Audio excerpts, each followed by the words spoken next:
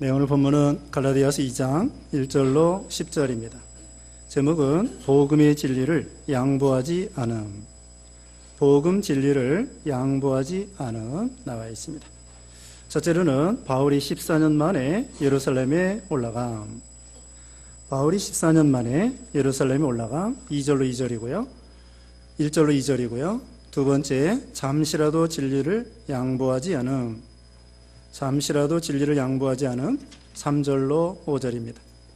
그 다음에 세 번째, 하나님께서 바울을 이방인의 사도로 세우심. 하나님께서 바울을 이방인의 사도로 세우심. 6절로 10절입니다. 우리 지난 시간에 1장에서는요, 바울이 사도가 된 것이 사람에 의한 것이 아니고 하나님에 의해서 사도가 되었다. 이거 배웠습니다. 그리고 또 한 가지는 바울이 받은 복음 계시는 정통 복음이다. 누구한테 배운 것도 아니고 연구한 것도 아니고 오직 하나님으로 말미암아 그 직통으로 계시를 받은 것이다. 우리가 그러면은 오늘날은 어떻게 할까요? 오늘날도 그러면은 하나님 앞에 직접 받아야 될까요? 그게 아니라는 거죠. 사도와 선지자들은 하나님 앞에 직접 받아가지고 성경을 기록했습니다. 서로 옆에 있는 사도들하고 연구한 거 아니에요. 배운 것도 아니에요. 스스로 깨달아가지고 무슨 철학적으로 기록한 것도 아니에요. 오직 하나님으로부터 사도와 선지자들이 직접 계시를 받아가지고 나름대로 하나님의 성령의 감동으로 성경을 기록한 거죠. 그러면 오늘날은 어떻게 할 것이냐? 오늘날은 우리가 누구한테 하나님으로부터 직접 계시를 받는 시대가 아니에요. 요한계시록이 주후 100년경에 완성됐거든요. 그 후에는 이제는 이 성경이 완성됐기 때문에 또 다른 계시가 없어요. 계시록 22장 18절 19절에는 이 성경 말씀에다가 보태지도 말고 빼지도 말라, 가감하지 말라고 그랬어요. 그것처럼 이 성경 말씀이 완성됐기 때문에 오늘날 위에서 하나님으로부터 직통 계시를 받는 것이 아니고 이미 기록된 이 성경 66권이 다 직통 계시예요. 성경 66권이 다 직통 계시야. 그러니까 우리가 성경을 읽으면은 어떻게 되는 거예요? 하나님의 직통 계시를 읽고 받는 거예요. 그런데 만약에 이 성경 말고 내 나름대로 계시를 받아야 된다, 그러면 이단이 되는 거예요. 그래서 이단들은 성경 말고 다른 것을 이렇게 계시받았다고 하고 그걸 주장하니까 성경과 틀린단 말입니다. 그걸 따라가는 거예요. 그러니까 우리는 성경 말씀, 이것이 바로 정통 복음이고 바른 계시이다. 이것을 1장에서 강조하는 것입니다. 그 다음에 2장에서는 바울이 이 복음 받은 진리를 양보하지 아니하고 끝까지 이렇게 세워나간다, 그 뜻입니다.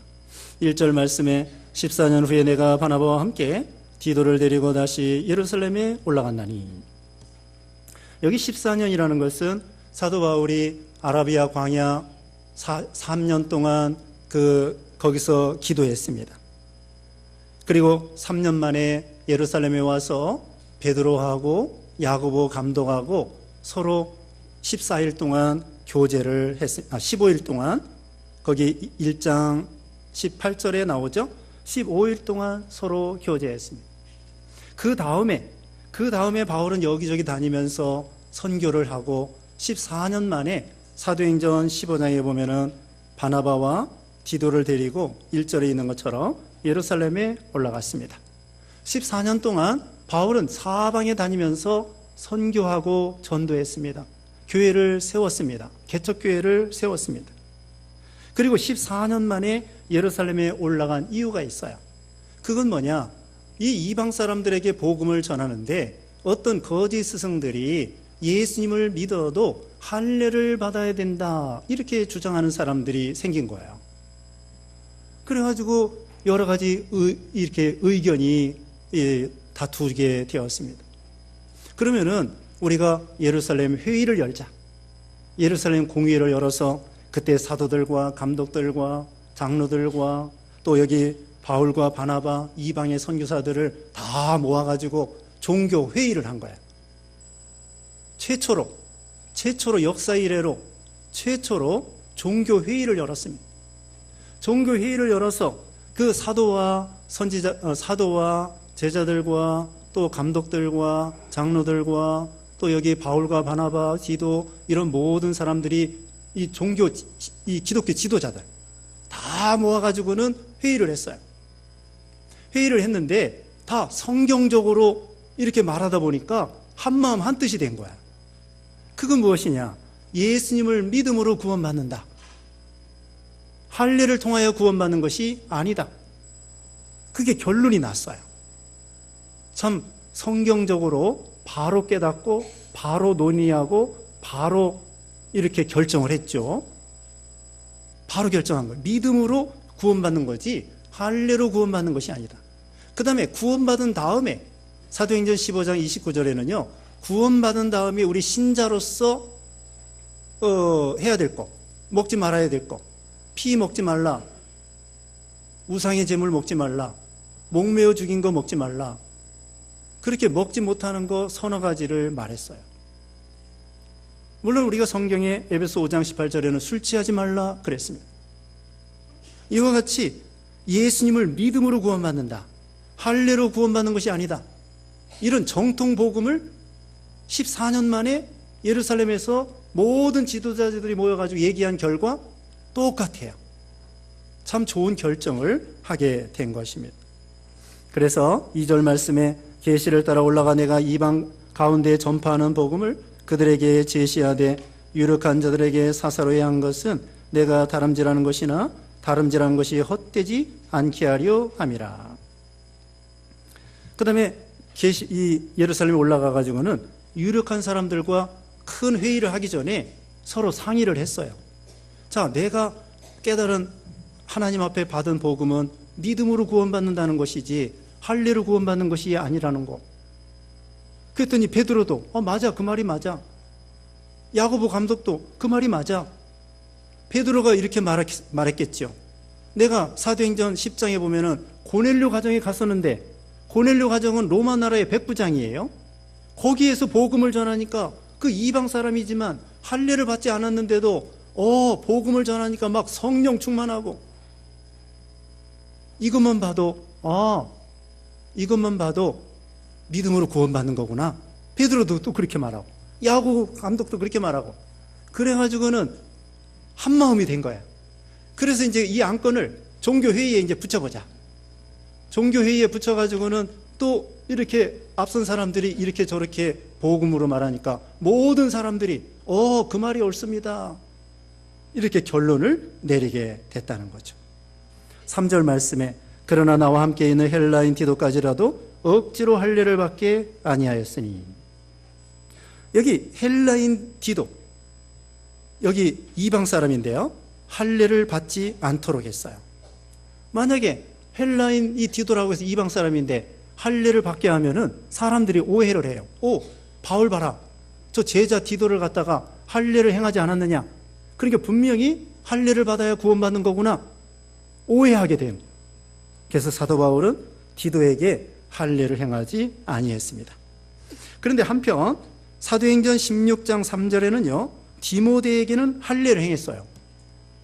이 종교회의 하기 전에 디모데는 엄마가 이 유대인이고 아버지는 저기 헬라인이에요. 이방 사람이에요. 그래서 할례 없는 사람인데 왜 디모데에게는 할례를 행했느냐? 그것은 아직 여기 종교회하기 전이고 아직 이 거짓 스승들이 나와가지고 할례를 막 주장하기 전이에요. 그리고 중요한 것은 이 전도하는데 방해되지 않도록, 전도하기 방해되지 않도록 이 디모데에게는 할례를 행했던 것이에요. 그러나 이 디도에게는 할례를 행하지 않았어요.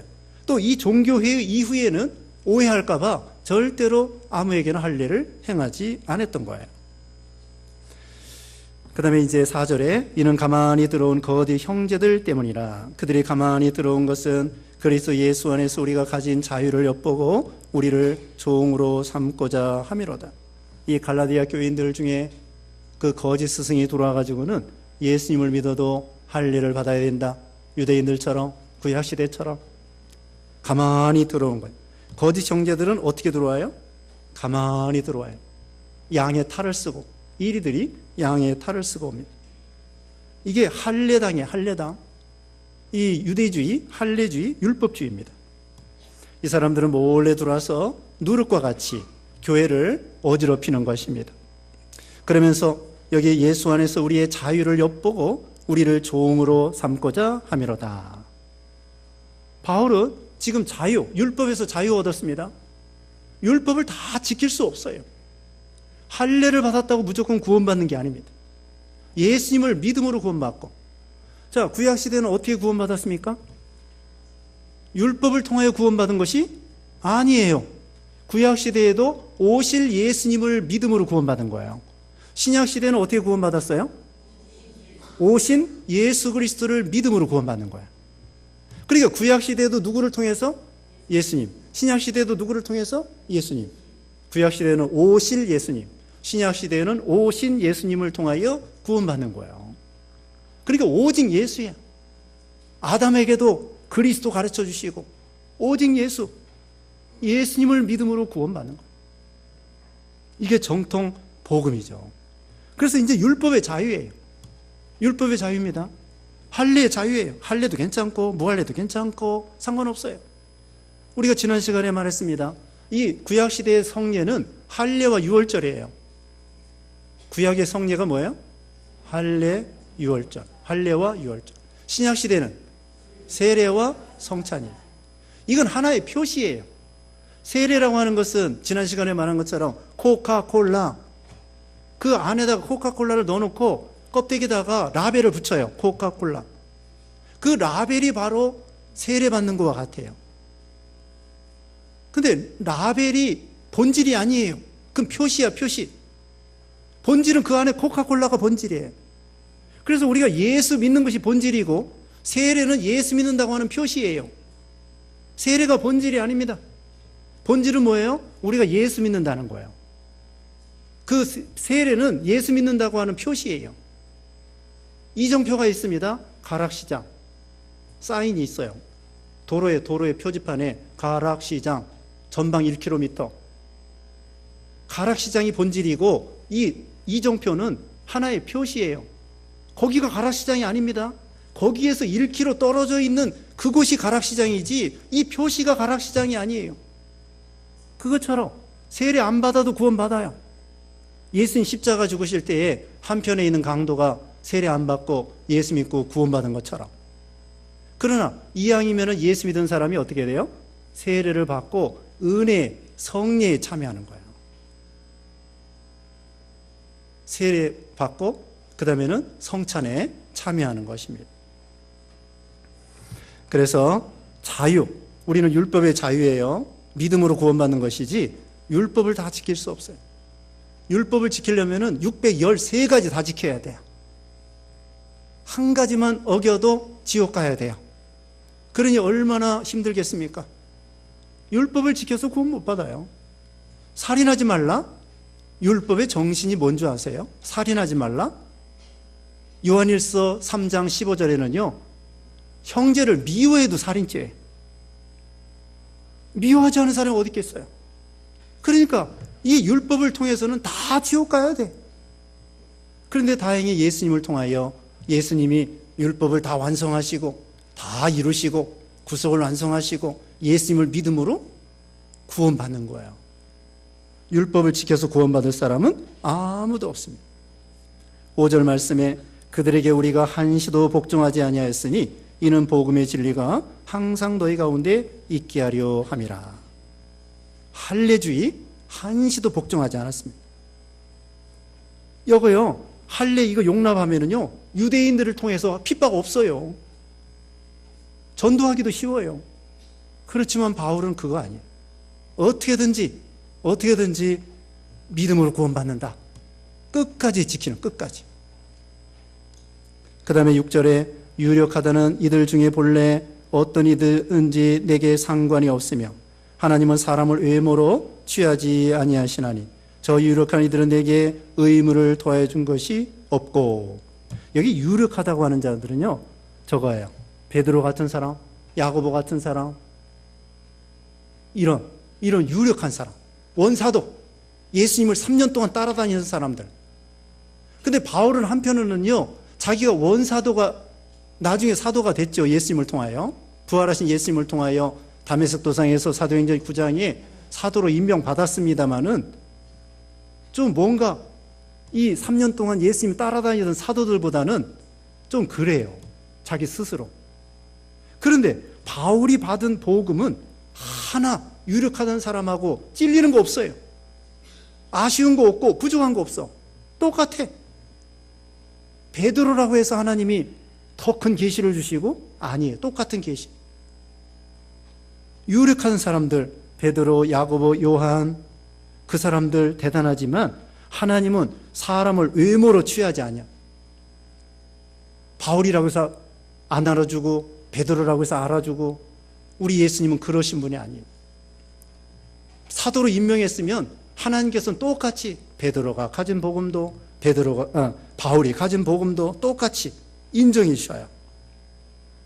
그리고 그 유력한 사람들이 바울에게 뭐 보태준 거 없어요. 가르쳐 준 거 없고 배워준 거 없고 그냥 바울도 하나님으로부터 직접 받은 것입니다. 유력하다는 사람들 사도 바울이 뭐 도움받은 거 없다는 거예요. 그러니까 하나님 앞에 직접 계시를 받은 것이다. 7절 말씀에 도리어 그들은 내가 무할례자에게 복음 전함을 맡은 것이 베드로가 할례자에게 맡은 것 같은 것을 보았고, 그 사람들이 가만히 보니까 무할례자는 이방 사람입니다. 또 할례자는 유대인들입니다. 가만히 보니까요, 바울은 이방 사람들 중심으로 복음을 전하는 거야. 안디옥에서, 그 다음에 지금 터키 지방 소아시아, 그 다음에 유럽으로 건너가서 마게도니아, 고린도 계속 복음을 전하는 거예요. 그 다음에 베드로는 유대인들 예루살렘 중심으로 또 전도하는 거예요. 그래서 서로 인정해 주는 거예요.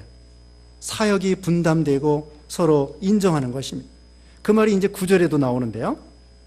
9절에도 나옵니다. 9절 끝에 오면은 우리는 이방인에게로 그들은 할례자에게로 가게 하려 함이라. 다 소중합니다. 오늘날도 말하면은 선교사님도 소중하고 국내에서 목회하는 목회자들도 소중하고, 국내 교회가 든든하게 서 나가야만이 해외에 후원해 줄 수 있고 기도해 줄 수 있고 그렇게 할 수 있는 거예요. 큰 집이 든든해야, 큰아버지 집이 든든해야 작은아버지 집도 든든하고 좋은 거예요. 친정이 든든해야 기가 살아요. 우리 여성분들 어때요? 친정 오라비가 잘 돼야 돼. 친정 아버지도 잘 되고. 괜히 친정이 좀 그러면은 시집 식구들한테 괜히 기가 죽어가지고 그럴 필요가 없지만 요새는 그렇지 않잖아요. 근데 어딘가 모르게 친정의 배경이 좀 있으면은 그렇잖아요. 저기 어디 이번에 우리 저기 수련회 우리 성경학교 공부시키는데 어느 저기 섬나라에 원주민들이 사는데 선교사님들 보니까 보통 저기 시집 갈 때에 그 남편이 있잖아요. 그 여자가 보통이면은 한 2마리, 3마리. 좀 잘나면 3마리, 그 다음에 더 예쁘면은 4마리. 4마리 그 친정이 주고 그 남편이 그 아내를 사오는 거야. 하여튼 사온다기보다도 이 혼수 이걸 주고 그런 나라가 많아요. 우리나라는 거저 그냥 데려오는 거야. 그런데 그 섬나라 원주민이 그렇게 한대요. 보통은 2마리, 좀 예쁘면 3마리, 아주 예쁘면 4마리. 그래서 동네 사람들끼리 너 몇 마리 저기 친정에 주고 왔느냐 그런데, 그러면 2마리 한 사람은 기가 죽어가지고 4마리 남편이 주고 하면 기가 살아가지고, 그래가지고 그 총각이요, 야 이거 여자들이 그것 때문에 주눅들구나. 내 아내 저기 사온다고 이제 합시다. 사올 때에 8마리를 주고 왔다. 8마리. 근데 그 동네 사람들이 야 니네 아내 별로 예쁘지도 않는데 무슨 8마리냐. 근데 선교사님이 한번 그 집에 가니까요, 그 여자가 얼마나 예쁘고 막 든든하고 당당하고 떳떳하고 이렇게 살아가는지, 그것 때문에 그 남편이 주눅들지 말라고, 자기 아내를 사랑하니까 기피고 살아라고 8마리 주고 사왔는데 정말 8마리답게 예쁘게 됐다 이거예요. 보통 사람인데 자꾸 가꾸니까 든든하고 마음이 평안하고 떳떳하고 그러니까 뭐 하다가 이 말이 됐느냐. 하여튼 친정이 든든해죠. 그것처럼 이 한국 교회가 든든해야 또 선교사들 연보도 해주고 선교비도 보내주고 기도도 하고 국내 교회도 튼튼해야 되고 해외 선교도 튼튼해야 되지. 국내 교회가 시들어지면 해외 선교도 힘들어져요. 다 중요해. 본교회도 중요하고 또 개척교회도 중요하고 다 중요합니다. 사역을 서로 분담하는 거예요. 베드로는 예루살렘 중심으로, 바울과 바나바는 저기 이방 나라 중심으로 다 수고를 해요. 물론 선교사가 더 힘들지요. 선교사가 더 힘듭니다. 새벽에도 말씀했습니다마는 베트남 선교사 장윤아 선교사는요, 관을 짜가지고 관 뚜껑 위에서 잔다. 베트남 선교사예요. 장윤아. 그래서 교회를 몇백 개 세우고요, 병원을 103개 세우고요, 자기 의사들이 200명이 넘고요, 의사들 한 달에 35만 원씩 월급 주고요, 돈도 없는데 하나님이 다 까마귀를 통하여 물어다 주는 거예요. 관 뚜껑 위에서. 그 사람이 젊었을 때에 사업을 해가지고 잘 나가던 사업을 했어요. 근데 광림교회 집사였어요. 근데 맨날 술 먹고, 그 다음에는 어떤 때는 집 한 채 값을 주면서 술을 먹었어요. 그러다가 혼수됐어요. 10개월 동안 혼수돼가지고 식물인간이 됐어요. 근데 귀는 들리더래. 아내가 얘기하는 거, 목사님이 얘기하는 거 다 들려. 근데 표현이 안 돼. 꼼짝도 못. 10개월 만에 깨어났어요. 그리고는 베트남 전에 참여했었는데 베트남 가방 가지고 가가지고 관 짜놓고 관 뚜껑 위에서 자면서 그 다음에 선교하는 거예요. 자기 아들이 30몇 살인데 선교하겠다고 그래. 너 네 관 짜와. 30몇 살짜리 아들한테 관 짜오라니까 눈물 흘리면서 관을 짜가지고 그 아들도 관 뚜껑 위에서 자고 목숨 바쳐서 베트남 선교한다는 거예요. 자, 선교사들도 어려워요. 국내 목회도 어렵지만 선교사가 더 어렵죠. 그래서 서로 상대방을 존중해 주는 거예요. 여기 있는 말씀대로. 가만히 보니까 사도 바울 이방 사람에게 전도하는데 참 수고하는구나. 또 베드로가 바울이 생각할 때에는 또 예루살렘 핍박 많은데 어떻게 저렇게 목회하니라고, 예루살렘 목회하니라고 베드로가 수고하는구나. 그러면서 서로 상대방을 존중해 주고요. 그게 아름다운 거예요. 우리 같은 교회 안에서도 상대방의 직분에 대해서, 봉사에 대해서 존중해 주고 인정해 주고, 다 같은 하나님의 백성으로서 한 몸, 한 지체, 그것처럼 서로 분담하면서 상대방을 존중해 주는 거죠. 그 다음에 8절에 베드로에게 역사하사 그를 할례자의 사도로 삼으시니가 또한 내게 역사하사 나를 이방인의 사도로 삼으셨느니라. 9절입니다. 또 기둥과 같이 여기는 야고보와 게바와 요한도 내게 신 은혜를 알므로 나와 바나바에게 친교의 악수를 하였으니 우리는 이방인에게로 그들은 할례자에게로 가게 하려 함이라. 여기 이 예루살렘에는요, 기둥과 같이 여기는 야고보, 게바, 요한이 있습니다.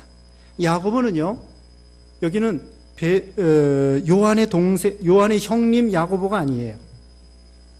요한의 형제가 있는데 그 사람은 사도행전 12장에 벌써 순교당했습니다. 예수님의 12제자 중에 최초로 순교당한 사람이 요한의 형님 야고보입니다. 누구라고요? 야고보, 요한의 형님. 그리고 여기 야고보는요, 주의 동생 야고보예요. 주의 형제, 거기 1장 19절에 나옵니다. 1장 19절에 주의 동생 야고보. 야고보서 기록한 분이에요. 야고보서 기록한 훌륭한 분입니다. 이분이 예루살렘 교회의 감독입니다. 예루살렘 교회 감독. 주의 동생 야고보, 그 다음에 게바는 베드로예요. 베드로, 요한, 이런 분들이 그 예루살렘 교회의 기둥입니다. 기둥이 중요해요. 교회에도 기둥이 있습니다. 큰 기둥은 목사 장로가 큰 기둥입니다. 그리고 또 작은 기둥들이 있습니다. 집 짓는 거 보면은 저기 석가래도 있고, 그렇죠? 대들보도 있고, 또 뭐예요? 큰 기둥도 있고 여러 가지 있는 것처럼 교회에도 기둥이 있어요. 근데 기둥은 힘들어요. 버티고 있어야 돼. 북쪽에 있는 기둥은 추워요, 추워. 남쪽에 있는 기둥은 따뜻해요. 그래도 힘들겠죠. 그러면 왜 나는 맨날 왜 북쪽에만 있어? 그렇게 하지 말고 하나님이 맡겨주신 대로 버티고 있어요. 참고. 어떤 사람은 수틀리면은 그냥 뭐 끝장내고, 그거 좋은 게 아닙니다. 참아야 돼요. 가정에서도 참아야 되고, 가정에서 기둥이 엄마 아빠예요. 엄마 아빠가 참아야 아이들이 행복하게 되는 거예요. 직장에서도 사장님이나 이런 사람들이 기둥이에요. 국가에서는 대통령과 장관이나 이런 사람들이 기둥이에요. 그렇지만 영적인 기둥은 누구냐? 예수 믿는 신자들입니다. 사무엘상 2장 거기 보면은요, 그 한나가 기도했습니다. 거기 보면 기둥이 나와요. 이 세상의 기둥이 누구냐? 트럼프 대통령, 문재인 대통령, 시진핑 주석, 이런 분들이 외적으로는 기둥인데 실제 이 세상이 망하지 않도록 기둥 역할을 하는 사람이 누구냐? 예수 믿는 신자들이란 말입니다. 이게 중요한 거예요. 소돔 고모라에 의인 10명이, 거기 왕도 있어요. 장관도 있어요. 근데 죄악이 관여했기 때문에 하나님이 무너뜨리신 거예요. 그런데 의인 10명이 없어서 무너진 거예요. 10명이 있으면, 기둥과 같이 딱 있으면은 소돔 고모라 죄악이 많아도 하나님이 긍휼히 여겨주시고 소망을 가지시는데, 오늘날도 한국이 망하지 않으려면 어떻게 해야 돼요? 예수 믿는 신자들이 믿음 잘 지켜야 돼요. 우리가 믿음 못 지키면은 한국도 하나님이 그냥 심판하시고, 네? 외적인 기둥은 대통령, 장관 이런 사람들이지만 이 영적인 기둥은 우리 예수 믿는 신자들입니다. 우리가 믿음 잘 지키면은 북한의 핵무기도 걱정할 거 없어요. 중국도 걱정할 거 없고, 일본도 걱정할 거 없고, 트럼프도 걱정할 거 없고. 그러나 우리 믿음 못 지키면은요, 하나님은 징계할 수밖에 없어요. 우리가 기둥입니다. 믿는 신자들이 기둥이에요. 그러니까 기둥은 좀 힘들어요. 어깨를 들이밀어야 돼요. 구약시대 언약궤를 맬 때도요, 그 제사장들이 어깨를 들이밀었어요. 교회를 받들어 나가는 것도 이게 힘들어요. 그냥 교회 1시간 예배 드리고 쑥 가버리면 신경 쓸 것도 없어요. 시험도 없어요. 그러나 예배 다 참석하고 봉사 다 하고 앞서 나가서 하면은 힘들어요. 욕 많이 먹고 힘들어요. 그래도 기둥이 버티고 있어야 돼요. 그래야 그 안에 있는 사람들이 살고 소망이 있고 그러지. 기둥이 왔다 갔다 하면 안 돼요. 동쪽에 있든지 남쪽에 있든지 하나님이 있으라는 곳에 버티고 있어야 돼요. 버텨야 돼요. 버텨. 아이들 앞에서도 버티고, 직장에서도 버티고, 교회에서도 버티고. 수틀리면 왔다 갔다 하려고 하지 말고 어떻게 해야 돼요? 왜? 버텨야 돼요. 돌아다니는 김삿갓이 되면 안 돼요. 방랑 김삿갓. 남자도 돌아다니다가 애기 날 때만 와. 그러지 말고 가정을 지키고 돌아다니지 말고 방랑 김삿갓 안 돼요. 교인도 안 돼요. 여기저기 왔다 갔다 하지 말고 한 교회 정해가지고 계속 그 교회 다니는 거야. 한 우물을 파는 거야. 그러면 뭔가 이루어집니다. 그래서 기둥과 같이 여기는 야고보와 게바와 요한이다. 10절입니다. 다만 우리에게 가난한 자들을 기억하도록 부탁하였으니 이것은 나로 본래부터 힘써 행하여 왔노라. 예루살렘 교회가 기근을 당했습니다. 그래서 여러 이방 나라 교회 거기서 연보해가지고 예루살렘 교회를 도와줬습니다. 참 이건 좋은 일이에요. 우리도 그렇습니다. 어려운 교회에 있으면 도와주고, 개척교회에 도와주고, 가난한 교회에 도와주고, 도시교회에서 지방교회에 도와주고, 우리도 도와주긴 도와주는데 하여튼 기회 있는 대로 도와주고요. 그리고 도시교회라고 해서 교만하면 안 됩니다. 다 대개 시골 출신이에요. 저도 그렇고 여러분도 대부분이 여기 원래부터 강남 사람이 아니에요. 강남 사람이라고 교만하면 안 돼요. 우리 다 시골뜨기예요. 촌딱들이라고. 그래서 하나님이 참 은혜로 이만큼 높여주신 거예요. 그리고 시골교회에서 있다가 도시교회로 온 거예요. 도시교회가 잘나서 그런 게 아니라고. 시골교회에서 신앙생활 하다가 도시교회 돈 벌러 오고 공부하러 오고 그렇게 이사 와가지고 도시교회 온 거예요. 그러니까 도시교회가, 시골교회는요 점점 줄어요. 도시교회도 그렇지만은 시골교회 도와줘야 돼. 어려운 교회 도와줘야 돼요. 자, 바울은 이와 같이 복음 전도에 있어서 참 끝까지 믿음으로 구원받는다, 이것을 증거하고요. 기둥 기억하고요. 또 사역 분담, 이방 사람 전도, 선교, 또 국내 전도, 선교, 이것을 기억해야 되겠습니다. 잠시 제가 기도하겠습니다.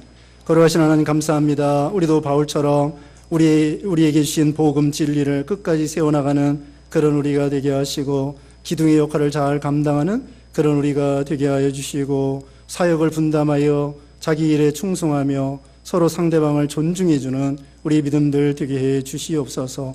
예수님의 이름으로 기도드리옵나이다. 아멘.